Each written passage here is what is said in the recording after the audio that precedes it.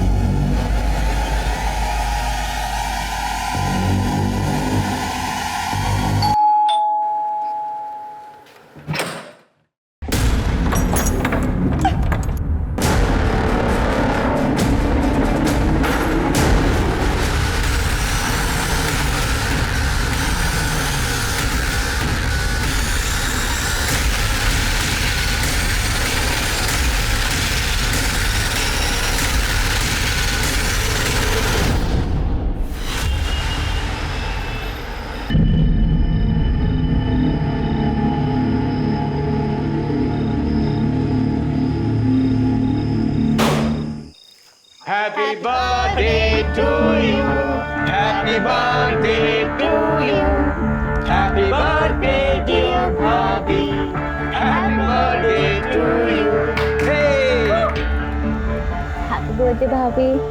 शीतल, हमारी शादी के बाद ये तुम्हारा पहला बर्थडे है, तो ये खास तुम्हारे लिए मेरी तरफ से।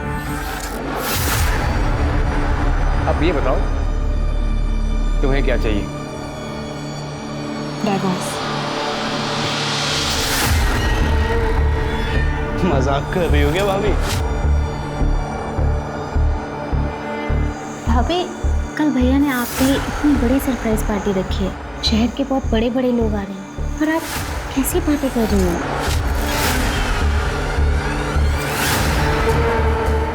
मुझे डाइवोर्स चाहिए, मतलब चाहिए। और अगर ऐसा नहीं हुआ तो आप सब जानते हैं कि मैं क्या कर सकती हूँ।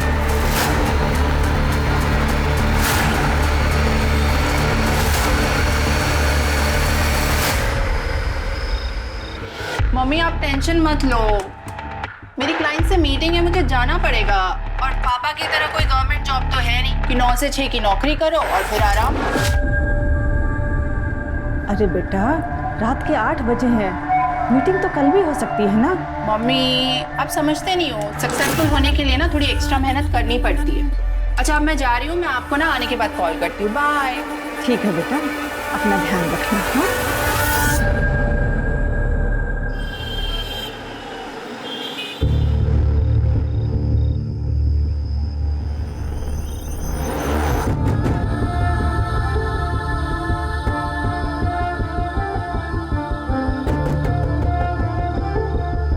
हाय, आई एम मनीष मित्तल। मुझे लगता है हम कहीं मिल चुके हैं। आई विश मिले होते। By the way Maya. Nice to meet you.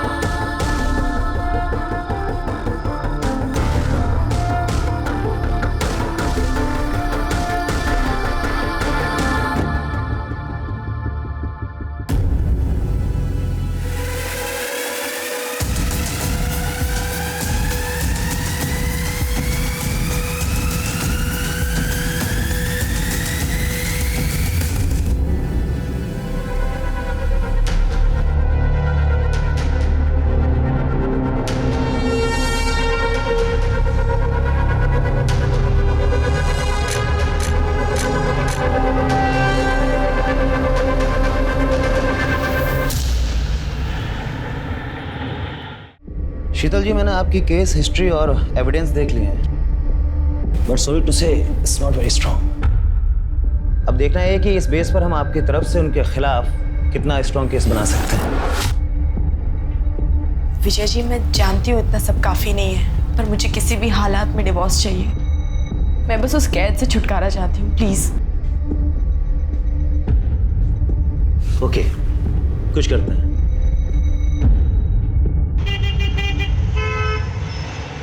हाँ पापा, ये जॉब बहुत अच्छी है, यहाँ बहुत कुछ सीखने में मिल रहा है, और आप देखना मेरा प्रमोशन भी ना बहुत जल्दी हो जाएगा। चलो अच्छा है, पर मैं तुझसे नाराज हूँ। तेरी माँ बता रही थी कि तू मेरा 9 से 5 की सरकारी नौकरी का मजाक उड़ा रही थी। तुम दोनों माँ बेटी मिलकर मेरी पीठ पीछे मेरी बहुत चुगली करते हो, हैं?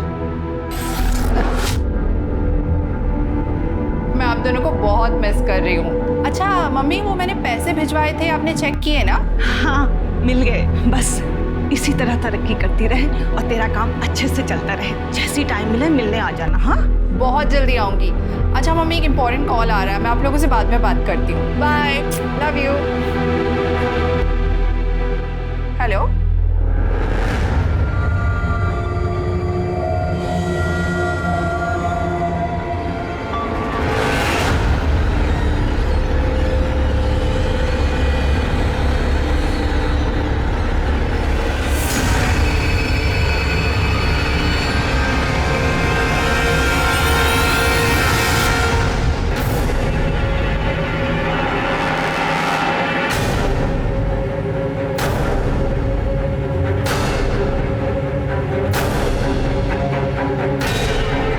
रघु,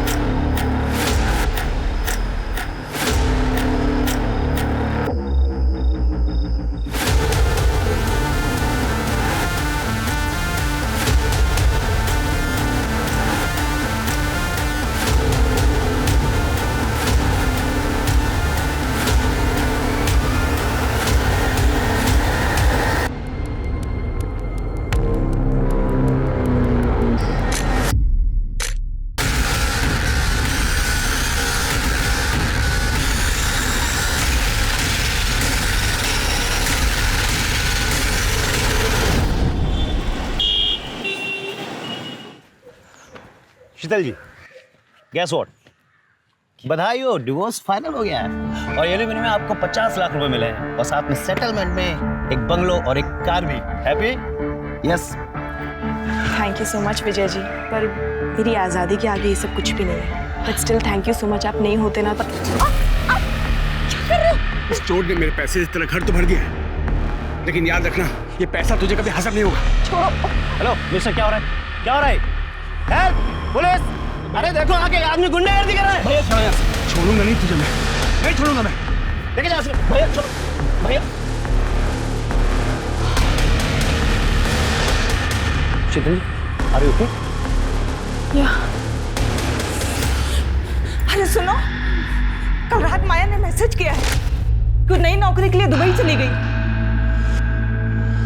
अरे ऐसे कैसे अचानक, बिना बताए? रुको, मैं उसको कॉल लगाता हूँ। हाँ हाँ, जल्दी लगाइए। ये लड़की बिना क्या हुआ? घंटी बज रही है। बेटा मेरी तो कुछ समझ में ही नहीं आ रहा, मैं तेरे तलाक पर क्या कहूँ। पता नहीं क्या हो गया तुझे आजकल, साल भर तेरी शादी को हुआ नहीं और माँ, नरेश से शादी करना मेरी जिंदगी की सबसे बड़ी भूल थी। अब मैंने वो भूल सुधार ली।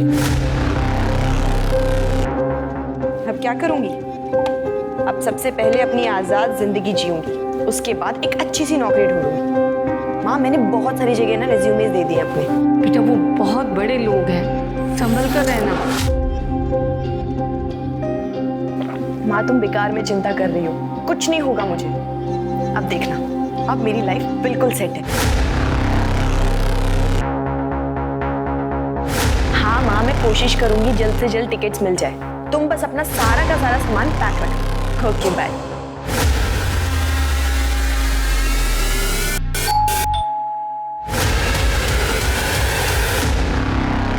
आपका पार्सल है। नहीं, पर मैंने कोई पार्सल मंगवाया ही नहीं है। आप शीतल लादा है ना? हाँ। तो फिर ये आपका, ये पकड़िए इसको। अरे पर मैंने कोई पार्सल मंगाया ही नहीं है, तो मैं कैसे लूँ इसे? मेरे पास इतना टाइम नहीं है, पकड़िए इसको। अजीब जबरदस्ती है, नहीं मंगाया मैंने।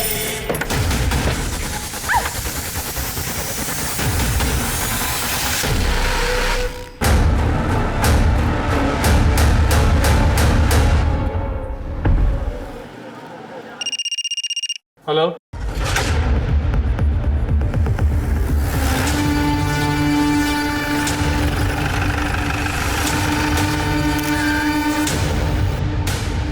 सर पेट में चाकू से 3 बार वार किया गया। सर सेक्सुअल असॉल्ट जैसा कुछ नहीं लग रहा। चारों तरफ अच्छे से देखो।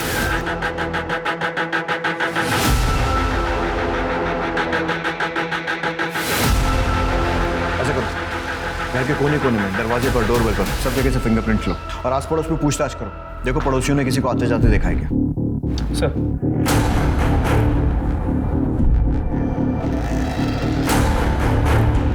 सर ठीक है।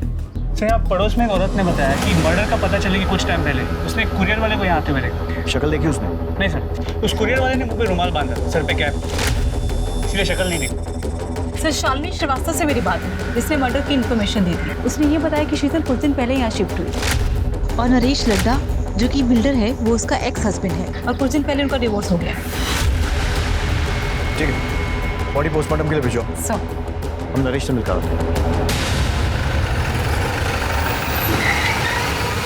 1 महीने पहले आपका और शीतल का डाइवोर्स हुआ। सेटलमेंट में उसने इतना बड़ा घर लिया, पैसे भी लिए होंगे, मार्केट में आपकी रेपुटेशन खराब हुई वो अलग। अब आप ही बताइए, ये वजह कम है आप पर शक करने के लिए कि आपने ही शीतल को मारा है या फिर मरवाया?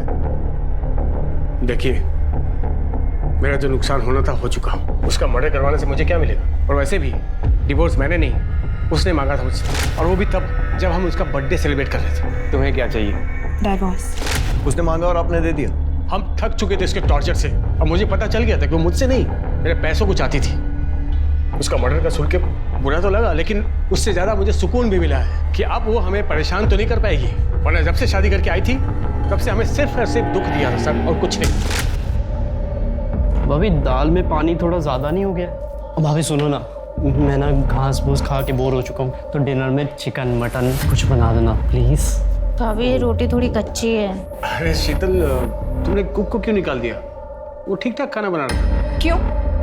खाना ठीक नहीं बना रही हूँ मैं? हाँ? और सबसे खाने में क्या प्रॉब्लम? अपने स्वाद के लिए जरूरी है किसी की जान ली जाए? हाँ? मेरा मतलब है शीतल कि हम कुक अफोर्ड कर सकते हैं, और तुम लड़ा खानदान की बहू हो, तुम्हें किचन में काम करने की क्या जरूरत है? तुम नई नई आई हो, एंजॉय करो बस। आपको खाने से प्रॉब्लम थी ना, आप मुझे अकेले में जाकर बोल सकते थे। ऐसे अपने भाई बहन के सामने मेरी बेइज्जती करने की कोई जरूरत नहीं थी, समझे आप? भाभी आप गलत समझ रहे। अरे बिल्कुल ठीक समझ रही हूँ मैं। तुम तीनों भाई बहन मिलकर सिर्फ और सिर्फ मेरी बेइज्जती करना चाहते हो, मुझे नीचा दिखाना चाहते हो।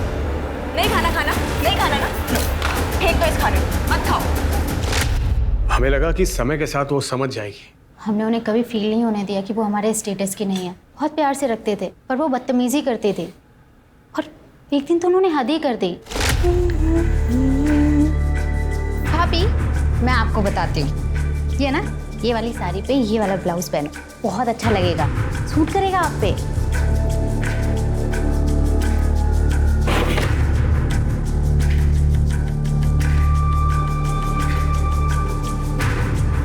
भाभी क्या कर रही हो आप? काट क्यों रही हो? तेरे छूने के बाद अब मैं इसका पोछा भी नहीं बना सकती। और रही बात फैशन की, तो वो मुझे तेरी जैसी बहन जी से सीखने की कोई जरूरत नहीं है, जिसके पास पैसा तो बहुत है, पर ओढ़ने पहनने की जरा सी अकल नहीं। आप लोग इतनी शराफत दिखा रहे थे और वो बदतमीजियां करती जा रही थी, क्यों? शायद उनकी नज़र सिर्फ हमारे पैसों पर थे, वरना वो प्रीतम से ऐसी बात नहीं करते। सर को बताओ ना, सर को बताओ। क्या हुआ?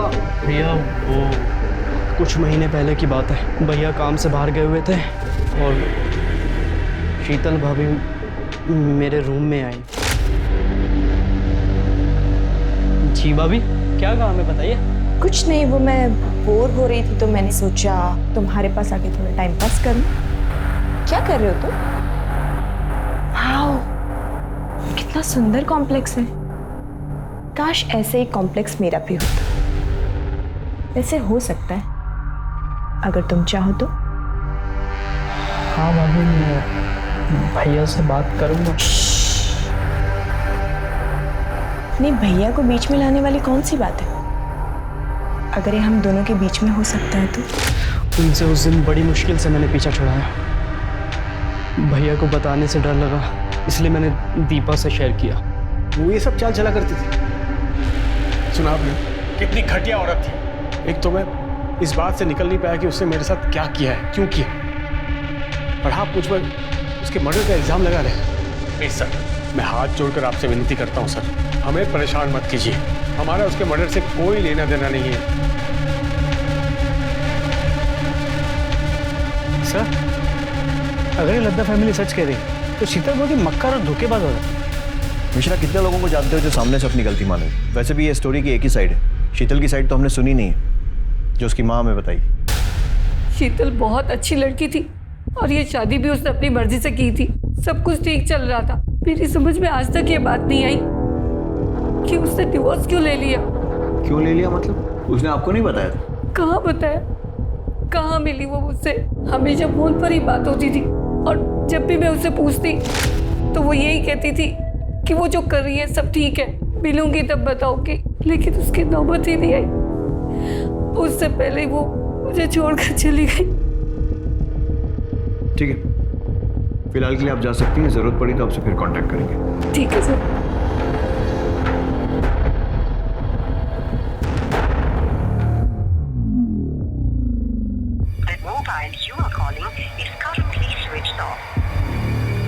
क्या हुआ? माया ने फोन उठाया क्या? अरे फोन तो तब उठाएगी जब वो नंबर लगेगा, उसका तो फोन ही स्विच ऑफ आ रहा है। क्या हो गया इस लड़की को? 5 दिन हो गए, दुबई से सिर्फ फोटो भेज रही है, यानी कि कम से कम एक कॉल तो कर ले। अरे ये भी तो हो सकता है कि इंडिया का नंबर वहाँ काम ना कर रहा हो और वहाँ का नंबर लेने में टाइम लग रहा हो। एक बार और कोशिश करो। तुम सब ठीक होगा, तुम जाओ, एक गिलास पानी लेके आओ मेरे लिए। सर। हाँ मिश्रा। सर, शीतल के घर के फोरेंसिक रिपोर्ट के मुताबिक उसके घर में सिर्फ उसी के फिंगरप्रिंट्स मिले। उसके घर में किसी भी सामान पे, इनफैक्ट डोरबेल पे भी किसी और के फिंगरप्रिंट्स नहीं मिले। इसका मतलब जानबूझकर फिंगरप्रिंट्स मिटाए गए। शीतल उस घर में कुछ महीनों पहले शिफ्ट हुई थी, लेकिन इस टाइम में भी कोई ना कोई तो घर में आया होगा, किसी ने तो डोरबेल बजाई हो। मतलब ये कि जिसने भी उसे मारा या मरवाया है, सोची समझी प्लानिंग है। सर, शीतल की पोस्टमार्टम रिपोर्ट्स आ गई। सर, इसके मुताबिक उसकी मौत दोपहर 1 से 3 के बीच में हुई और चाकू से 3 बार पेट में वार किया गया, पर मौत से पहले रेप या सेक्सुअल असॉल्ट ऐसा कुछ भी नहीं लग रहा। मतलब पीएम रिपोर्ट से भी कोई खास हेल्प नहीं है? नथिंग। सर, मैंने शीतल की बैकग्राउंड भी चेक की है। शादी से पहले या तलाक के बाद उसका कोई भी अफेयर वगैरह भी नहीं था। शीतल का एक हस्बैंड नरेश लड्डा और उसके भाई बहन, उनके कॉल रिकॉर्ड और मोबाइल लोकेशन? सर, अब तक नहीं आई, पर जल्दी आ जाएंगे। जल्दी आ जाएंगे सर।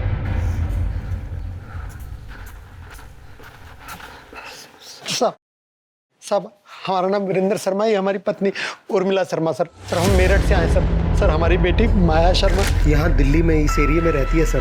वो पिछले 1 हफ्ते से मिसिंग है सर, और अब तो फोन भी उसका ऑफ आ रहा है सर। घबराइए मत। सिंह सर, इनकी कंप्लेंट लिखो, लड़की की पूरी डिटेल्स लो और ऐसा ही राणा से बोलना जैसी आए तो फॉलो अप करेंगे। Okay sir. बेटी को ढूंढ दीजिए।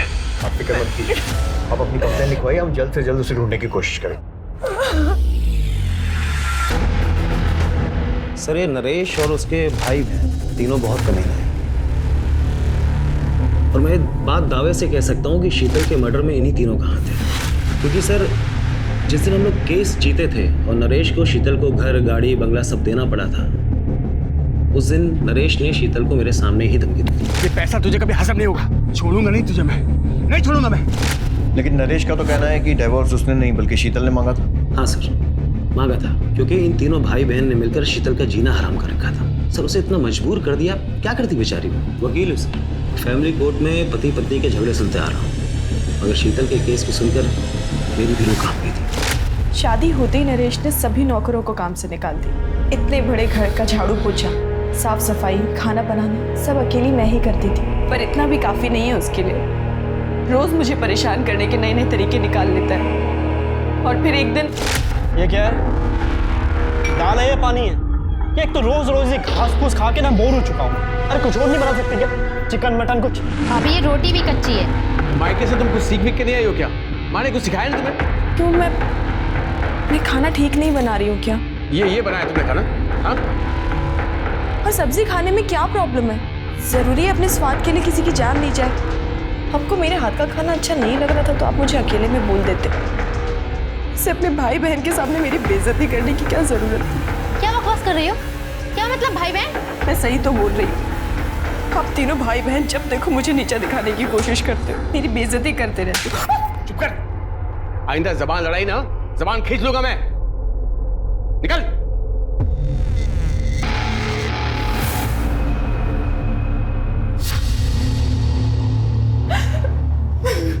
अरे अरे भाभी, आप रो क्यों रही हो? अरे मैं कह रहा हूँ ना, चुप हो जाओ, चुप हो जाओ। क्या कर रहे हैं आप? हाथ हटाइए। अरे हाथ हटा? अरे मैं तो हाथ हटा दूंगा भाभी, पर भैया शाम को जिसको ला रहे हैं आपसे मिलाने, उसका हाथ कैसे हटाओगे? क्या नरेश, तुम अपना काम निकलवाने के लिए मुझे किसी ऑफिसर के साथ सोने के लिए बोल रहे हो? नरेश, बीवी हूं मैं तुम्हारी। चिल्ला मत। तुझे क्या लगा रे? मुझ जैसे बिल्डर ने तुझ जैसे गरीब से शादी बिहार में पागल होकर की है? तेरे पास ये शक्ल ये फिगर नहीं होती ना, तुझ जैसे को मैं घास भी नहीं डालता।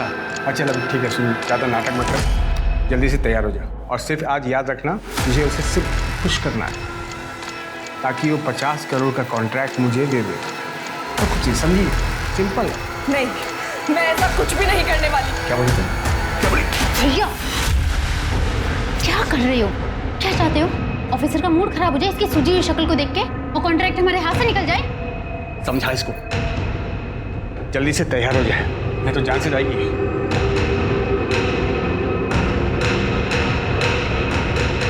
भाभी आप तैयार हो जाओ please.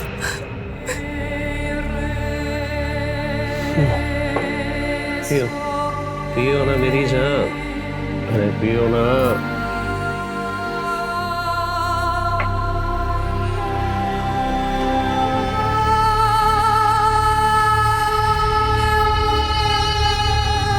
Yes, I hope you enjoyed the evening. अरे तू तो मेरी सोने की मुर्गी निकली। देखना ये मुर्गी हमें 1 नंबर बनाएगी, 1 नंबर। एक भी कॉन्ट्रैक्ट मैं किसी और के हाथ लगने नहीं दूंगा। जब तक तू है तब तक हम हैं। नरेश रोज रोज नए नए आदमियों को पकड़ के ले आता है। पति नहीं दलाल बन चुका है वो। मैंने समझाने की कितनी कोशिश की पर सुनने को तैयार ही नहीं। फिर मैंने सोचा कि अगर हमें बच्चा हो जाए तो शायद वो बदल जाए। क्या बच्चा? तेरा दिमाग खराब हो गया क्या? नरेश, हमारी शादी को 8 महीने हो गए, अब तो माँ भी बच्चे को लेकर पूछने लगी है। अरे भाड़ में जाए तेरी माँ। बच्चा पैदा करके तेरा फिगर नहीं खराब करना है। मुझे बच्चा नहीं, पैसा चाहिए, बिजनेस आगे बढ़ाना, समझी? पर नरेश मेरी चुप कर, आगे इस बारे में कुछ बात नहीं होगी। चल साइड हट। कुछ सोचो सेठ, नहीं तो धंधा चौपट हो जाएगा। वो पुलिस वाला पैसे से भी नहीं मानेगा।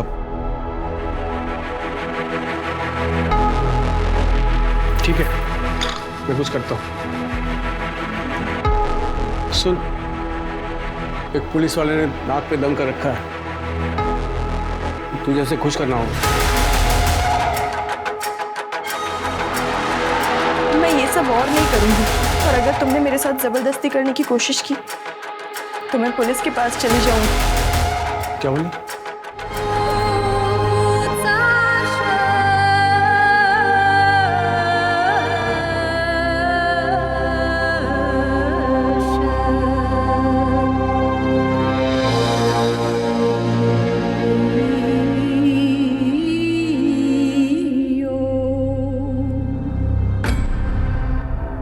आप प्लीज मुझे जाने दीजिए।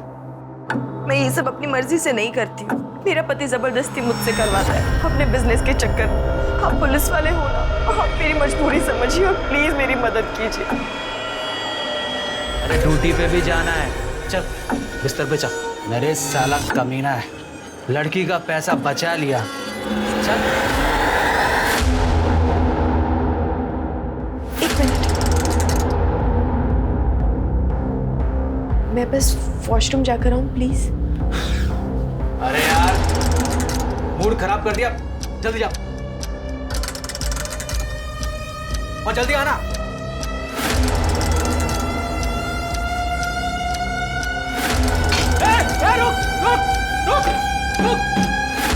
शीतल ने उस पुलिस वाले के साथ की बातचीत की रिकॉर्डिंग कर ली थी और घर जाकर के नरेश को सुना दिया। जिसमें पुलिस वाला खुद मान रहा था कि नरेश शीतल को मजबूर करता था दूसरों के साथ सोने के लिए। वो रिकॉर्डिंग सुनकर नरेश ने क्या किया? दरअसल उस शाम शीतल का बर्थडे था, तो इन तीनों भाई बहन ने मिलकर उसे सरप्राइज पार्टी दिया। वो लोग उसे इमोशनल यूज करके वो रिकॉर्डिंग डिलीट करवाना चाहते थे, मगर शीतल ने साफ साफ कह दिया कि उसे डिवोर्स चाहिए। वो रिकॉर्डिंग अभी कहाँ है? नरेश के पास। वो इसी शर्त पर डिवोर्स के लिए तैयार हुआ था कि शीतल रिकॉर्डिंग से वापस कर देगी और जितनी भी कॉपियां हैं वो सब डिलीट कर देगी। और अगर देखा जाए तो इस हिसाब से नरेश के खिलाफ कोई भी सबूत नहीं मिलता। उस पुलिस वाले का नाम क्या था? सर वो आप जानते हैं कि मैं बता नहीं सकता, लेकिन शीतल के लिए दुख होता है। कितनी मुश्किल से उसे वो सब चीज़ें मिली थी जिसकी वो हकदार थी। सर उसके कातिल को प्लीज़ छोड़िए। तो लड्डा फैमिली का बैकग्राउंड चेक किया, पता चला काफ़ी टेढ़े लोग, कंस्ट्रक्शन बिजनेस में है तो काफ़ी ऊपर तक कॉन्टैक्ट्स, कॉल रिकॉर्ड्स में गुंडे, हिस्ट्री शीटर्स, इन सब के नंबर्स, और इनके खिलाफ धोखाधड़ी के केसेस भी रजिस्टर्ड। मोबाइल लोकेशन चेक की? जी सर, लेकिन 10 तारीख को इनमें से किसी की भी मोबाइल की लोकेशन शीतल के घर के आसपास की नहीं। मिश्रा, ये लड्डा नामी बिल्डर है, तो पॉसिबल है कि ये काम इसने किया नहीं, करवाया हो। इसके लिए इसमें जितने भी गुंडे और हिस्ट्री शीटर है ना, उनको राउंड अप करते हैं, वो बताएंगे कुछ। इंस्पेक्टर, अब प्लीज उस घटिया औरत के लिए हमें परेशान मत कीजिए। उसे हमने नहीं, उसी के किसी यार ने मारा होगा जिसके लिए उसने मुझसे डिवोर्स लिया था। वो एक नंबर की झूठी, मक्कार और कैरेक्टरलेस औरत थी। वैसे हमारी इंक्वायरी में आपका कैरेक्टर भी कुछ ऐसे ही आ रहा है, और अगर वो इतनी बुरी थी तो फिर घर, गाड़ी, पैसा ये सब देकर सेटलमेंट क्यों करना पड़ा? कोर्ट में प्रूव क्यों नहीं कर पाए? एक्चुअली वो मुझे ब्लैकमेल कर रही थी, एक ऐसी चीज को लेकर जिसे मैं कभी बाहर नहीं आने दे सकता था। और वो चीज उस पुलिस वाले की रिकॉर्डिंग थी जिसके साथ सोने के लिए आपने उसे भेजा था। किस रिकॉर्डिंग की बात कर रहे हैं आप? मैं तो ये फोटो की बात कर रहा हूँ। पता नहीं ये फोटो शीतल के पास कैसे आई और उसने अपने वकील को दे दिया। कहाँ से आई मतलब? आपका कहने का मतलब है कि फोटो फेक है? Did I say that? No, did I say that? Fake है। हाँ, ये सच है कि मैं इस लड़की के साथ सोया था, लेकिन ये फोटो किसने कब खींची और शीतल के पास कैसे आई मुझे नहीं पता। कौन है लड़की? I don't know. मैं एक कॉन्फ्रेंस मीटिंग में गया था, उसके बाद वो लड़की मुझे मिली और वहीं थोड़ी बहुत कुछ बातचीत हुई। उसके बाद उसने मुझे रूम में इन्वाइट किया।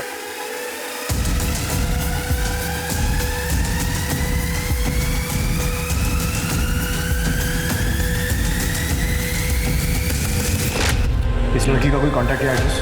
नो।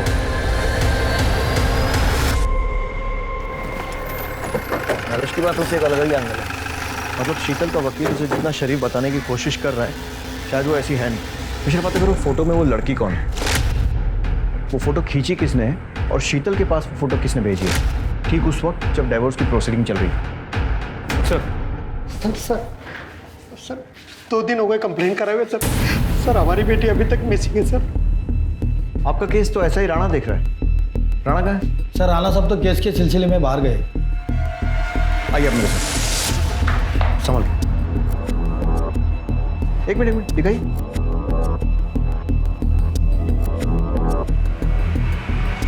ये कौन है? यही तो हमारी बेटी माया शर्मा।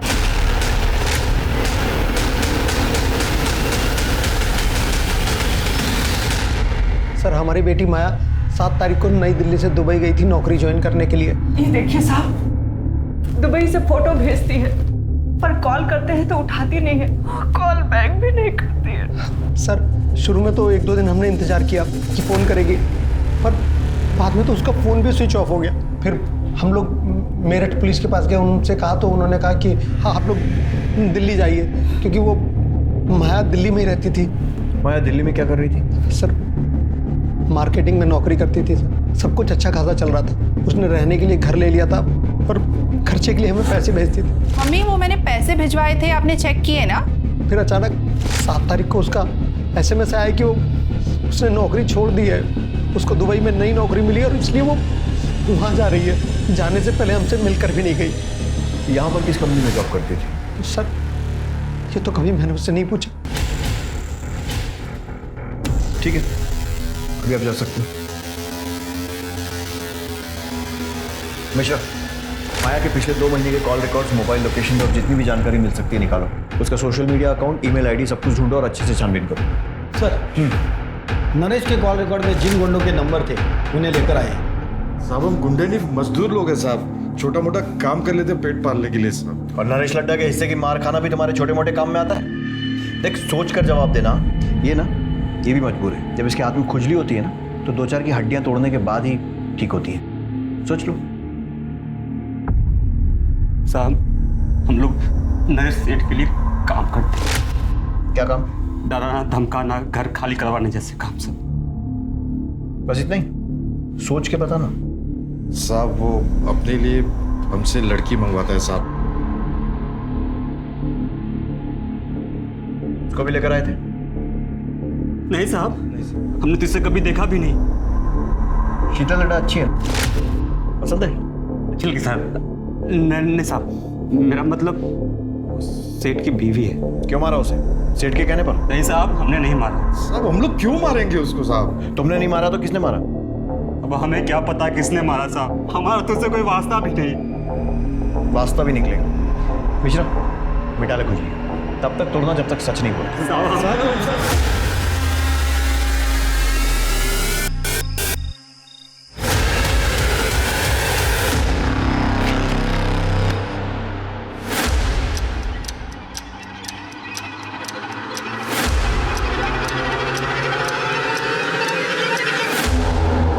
सर, माया ने 7 तारीख को दोपहर 2 बजे की दुबई जाने की फ़्लाइट की टिकट निकाली और 7 तारीख की सुबह 10 बजे उसने ऑनलाइन चेक इन भी किया। मतलब वो सही में दुबई जा रही है? देख के तो ऐसा ही लगा, लेकिन ना वो एयरपोर्ट गई ना उसने फ़्लाइट ली। टिकट लिया, ऑनलाइन चेक इन भी किया, तो फिर फ्लाइट क्यों छोड़ दी? हो सकता है लास्ट मिनट उसका मन बदल गया हो, या फिर किसी ने ज़बरदस्ती उसे जाने से रोका। लेकिन दोनों ही केसेस में वो दुबई वाले पिक्चर्स कहाँ से आए जो उसने अपने माँ बाप को भेजे? सर, हमने पता किया, वो पिक्चर्स इंटरनेट से निकाली गई और उसके माँ बाप को इसलिए भेजा गया ताकि उन्हें यकीन हो कि माया दुबई में है। सारे पुलिस स्टेशन में माया की डिटेल्स होगी? जी sir. Sir excuse me. Hello, PSA Mishra बोल रहा हूँ। ठीक सर, फरीदाबाद के पास के जंगल में एक माया से मिलती जुलती बॉडी मिली। बॉडी काफ़ी सड़ चुकी है, तो आइडेंटिफाई करवाना होगा। माया के पेरेंट्स को बुलाओ शिनाख्त। हाथ में टैटू है जिससे शायद पहचान हो सके। मम्मी देखो मैंने टैटू बनाया है। अरे ये क्या नाक शनाप बना लिया है? कितने सुंदर हाथ थे तेरे। मम्मी आजकल का फैशन है, रहने तो आप समझोगे ही नहीं। कहाँ समझ पाएगी तू ऐसे हमें छोड़कर चली जाएगी? सर, सूटकेस के अंदर बॉडी के आसपास कोई सुराग नहीं मिला। सर, क्राइम ब्रांच ने यूसुफ नाम के ब्लैकमेलर को पकड़ा है। उसके फोन में शीतल के न्यूड पिक्चर्स मिले हैं।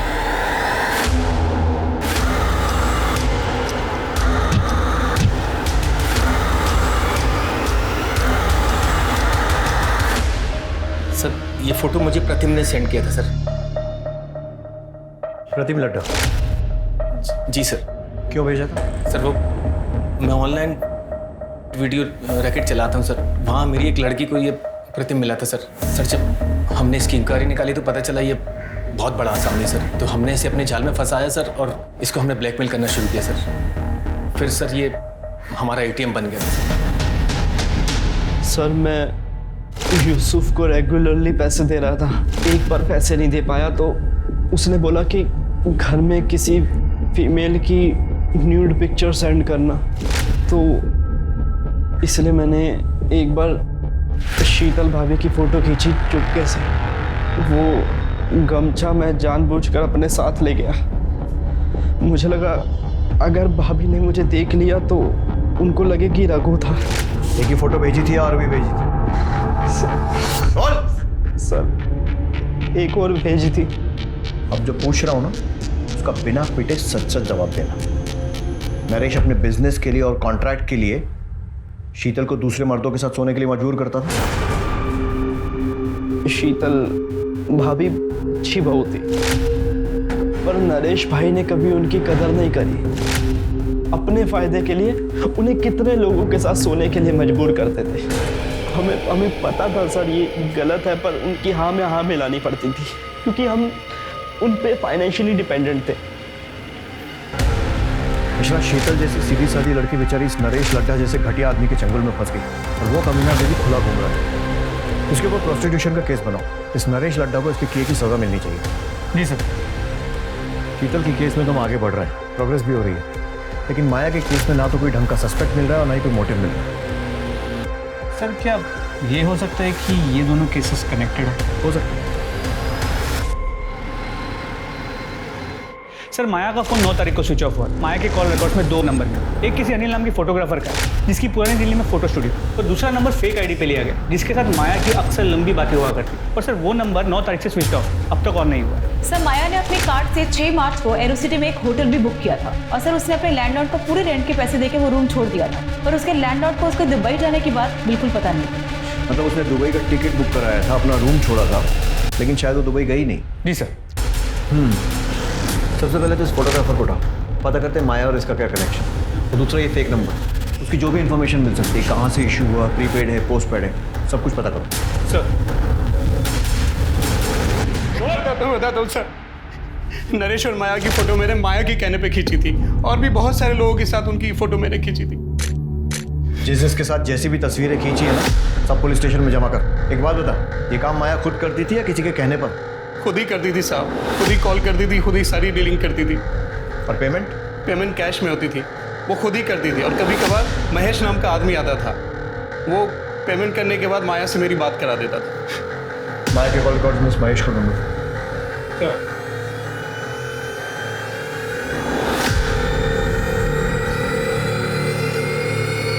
सो महेश का पता चल गया। उठा लो उसे। साहब मैं सच बोल रहा हूँ। माया मैडम जो बोलती है मैं वो करता हूँ। वो अक्सर लोगों को लिफाफे पैकेट देने के लिए बोलती थी। मुझे लगा कि अनिल भी इनका आदमी होगा। अब वो कौन है, क्यों है, क्या है, मैं ये सब उनसे नहीं पूछ सकता ना। तू तो कुत्ते जैसा वफादार आदमी है ना। देख, माया का मर्डर हो गया है। अभी अगर मुंह नहीं खोलेगा ना तो लंबा अंदर जाएगा। तेरे फोन रिकॉर्ड्स, कॉल लोकेशन सब निकाल लिए हमने, जिससे क्लियर है कि 6 तारीख को तू माया के होटल गया था और बाद में भी होटल के आसपास ही था। और अगले दिन होटल से एयरपोर्ट की तरफ भी गया था जब माया दुबई जाने के लिए एयरपोर्ट निकली थी। साहब मुझे क्यों फंसा रहे हो? मैं तो जो साहब बोलते थे वो करता था। तो मैं भी तो वही पूछ रहा हूँ ना, क्या किया तूने? 6 मार्च की शाम को माया मैडम को होटल पर ड्रॉप किया था। जब माया को ड्रॉप किया तब वो अकेली थी? हाँ सर। उसके साथ कोई सामान वगैरह था? नहीं साहब, खाली हाथ में पर्स था बस। फिर मैंने शाम को साहब को होटल ड्रॉप किया और गाड़ी वहीं छोड़ के अपने एक दोस्त के पास रहने चला गया।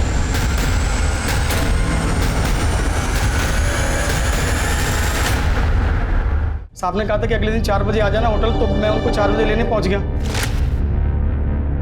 सर मैडम नहीं आ रही? अरे हाँ महेश, तुझे बताना भूल गया था, वो तो 2 बजे की फ्लाइट से दुबई चली गई। चल देख क्या रहा, चल। Yes sir. सही बता, इन दिनों में तूने कुछ ऐसा देखा या सुना जो तुझे अजीब लगा? हाँ साहब, कुछ दिन पहले साहब किसी से फ़ोन पे बात कर रहे थे। जी देखिए, मैं उस पार्सल के लिए 1.5 लाख रुपए देने था, लेकिन वो काम होना चाहिए। हाँ जी, काम की मुझे गारंटी चाहिए। पर साहब इतने पैसे उन्होंने मुझे लेके कहीं भेजा नहीं। पार्सल क्या था? वो नहीं पता साहब। कब की बात है? सर 10 मार्च की, जब मैं गाड़ी की चाबी लेने गया था। 10 मार्च के आसपास के विजय माशरी के सारे कॉल रिकॉर्ड्स और मोबाइल लोकेशन निकाले। सर पता चला कि विजय उन दिनों एक नवीन नाम के हिस्ट्री शीटर के रेगुलर टच में था। सर इसके कहने भी क्या साहब? और तू दूध पीता बच्चा है ना जो इसकी बातों में आ गया? तू मैंने कुछ नहीं किया साहब। जब कुछ नहीं करने के विजय माहेश्वरी ने तुझे 1.5 लाख रुपए दे दिए? हाँ साहब वो एक काम के नहीं 3 काम के पैसे थे साहब। विजय ने फोन करके मिलने बुलाया, मैं इसके साथ वहां पहुंचा।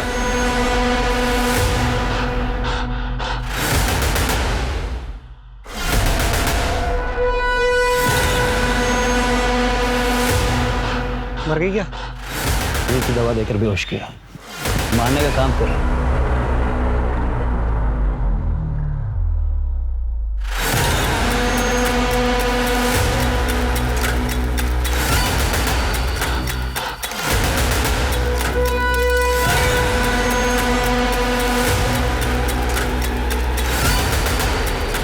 हमने चलती गाड़ी में उसका गला दबाकर उसे मार दिया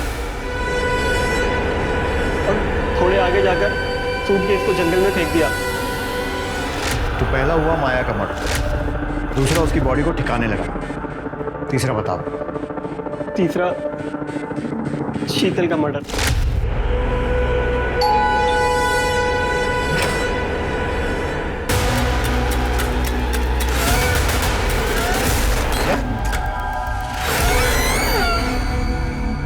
तो कैसी लगी मेरी प्लानिंग? मोटिव समझ नहीं है। क्यों किया? माया से पीछे छुड़ाने के लिए। दरअसल क्या होता है कि जो ये डिवोर्स केस होता है ना, इसमें हम लोग क्लाइंट को ज़्यादा एलिमनी दिलाने के लिए उन्हें नंबर 2 के तरीके से करते हैं, उन्हें कन्विंस करते हैं। उसके बाद इनसे नंबर 2 के तरीकों से ही तो पैसे मिलते हैं ज़्यादा, वरना आप भी जानते हैं कि डिवोर्स के केस में कहाँ इतने पैसे मिलते हैं। और माया वो अपनी मर्जी से ये काम करती थी? अरे नहीं साहब, इतनी आसानी से कौन तैयार होता है। बोला मैंने कि ये सब करने में परेशानी क्या है, किसी के साथ सोना थोड़ी है। उसको ब्रेन वॉश किया, समझाया उसको, तब जाके मानी। और हाँ, शादी झांसा में था। लेकिन उसके बाद एक दिन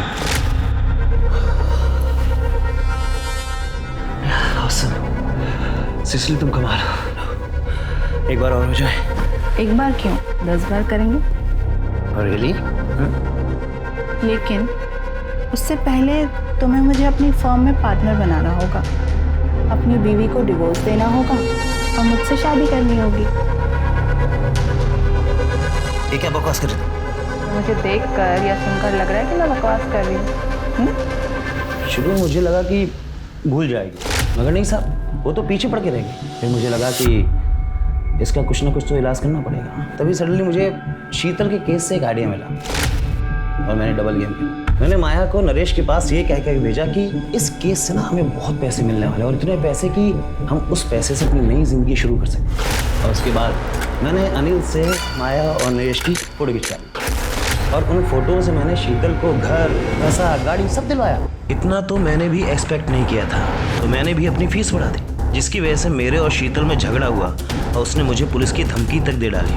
फैमिली कोर्ट में नरेश ने शीतल को सबके सामने धमकी दी थी कि वो उसे छोड़ेगा। इसी बात का मैंने फ़ायदा उठाया और एक साथ दोनों को ख़त्म करने का प्लान किया, ताकि दोनों केस में नरेश का नाम आए और वो फंस जाए। तो मैंने माया की 7 तारीख की दुबई की फ़्लाइट बुक की, उसका ऑनलाइन बोर्डिंग पास निकाला, ताकि आप लोग जब छानबीन करें तो आप लोगों को माया के दुबई जाने वाली बात सच लगे। अगले दिन होटल से निकलते वक्त मैंने उसकी कॉफ़ी के कप में नींद की गोलियाँ डाल दी।